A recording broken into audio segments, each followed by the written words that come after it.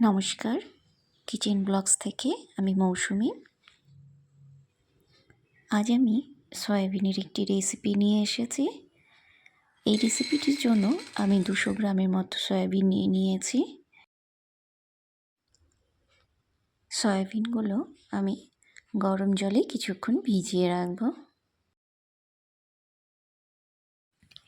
এবার আমি সয়াবিনগুলোকে ভালো করে ধুয়ে তুলে নেব।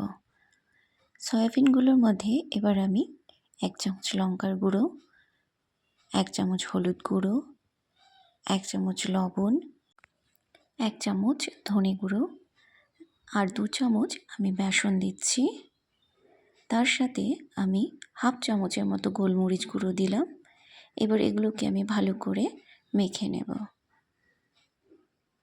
মশলাগুলো প্রত্যেকটা সয়াবিনের সাথে যাতে ভালোভাবে লেগে যায় সেভাবে করে মেখে নিতে হবে। এবার আমি কড়াইতে রিফাইন তেল গরম করছি।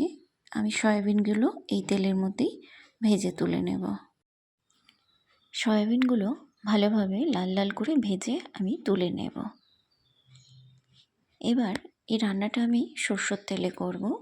আমি কড়াইতে সরষের তেল দিয়ে তার মধ্যে 2টো শুকনো লঙ্কা, তেজপাতা আর 1 চামচ গোটা জিরে ফোড়ন দিয়ে একটু ভাজা ভাজা করে নিচ্ছি। এর মধ্যে আমি বড় বড় 2টো পেঁয়াজ কুচি করে রেখেছিলাম সেটি দিয়ে দিচ্ছি। আমার চ্যানেলটি সাবস্ক্রাইব করা না থাকলে সাবস্ক্রাইব করার অনুরোধ রইল। পেঁয়াজগুলো লাল লাল করে ভাজা হয়ে এলে আমি এর মধ্যে 2 চামচ আদা রসুনের পেস্ট দিয়ে দিচ্ছি।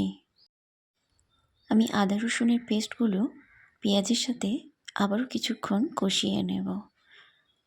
একটু লাল লাল হয়ে এলে আমি এর মধ্যে একটা টমেটো পিউরি করে রেখেছিলাম সেটি দিয়ে দেব। মশলাগুলি একটু নাড়াচাড়া করে নিয়ে আমি এর মধ্যে 1 চামচ কাশ্মীরি লঙ্কার গুঁড়ো, 1 চামচ হলুদ গুঁড়ো, 1 চামচ লবণ দিয়ে আবারও কিছুক্ষণ কষিয়ে নেব। টমেটোর সাথে কাশ্মীরি লঙ্কার গুঁড়ো এভাবে একসাথে কষালে রঙটি খুব ভালো আসে। এবার আমি 1 চামচ জিরে আর 1 চামচ ধনে গুঁড়ো দিয়ে দিচ্ছি। আরও কিছুক্ষণ আমি কষিয়ে নেব।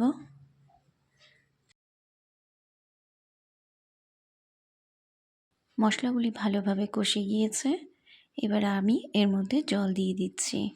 মশলার সাথে জলগুলোকে ভালো করে মিলিয়ে দিতে হবে। এবার ভাজা সয়াবিনগুলো সব আমি এর মধ্যে দিয়ে দিচ্ছি। ভালো করে নাড়িয়ে নিতে হবে। এখানে একটু জল দিতে হবে। জল দিয়ে দিচ্ছি। এবার ঢাকনা দিয়ে ঢেকে দেব। কিছুক্ষণ আমি এটা ফুটিয়ে নেব। আমার চ্যানেলটি সাবস্ক্রাইব করা না থাকলে সাবস্ক্রাইব করার অনুরোধ রইল। দেখুন হয়ে এসেছে। আমি ঢাকনাটা খুলে দিচ্ছি। এর মধ্যে আমি এখন কিছু কাঁচা লঙ্কা আর কিছুটা ধনেপাতা দিয়ে আর কিছুটা গরম মশলা দিয়ে এটাকে ভালোভাবে নাড়িয়ে নিলেই কিন্তু রান্নাটা কমপ্লিট। আমার রান্নাটি আপনাদের কেমন লেগেছে অবশ্যই কমেন্ট করে জানাবেন। ভালো লাগলে একটি লাইক ও শেয়ার করবেন।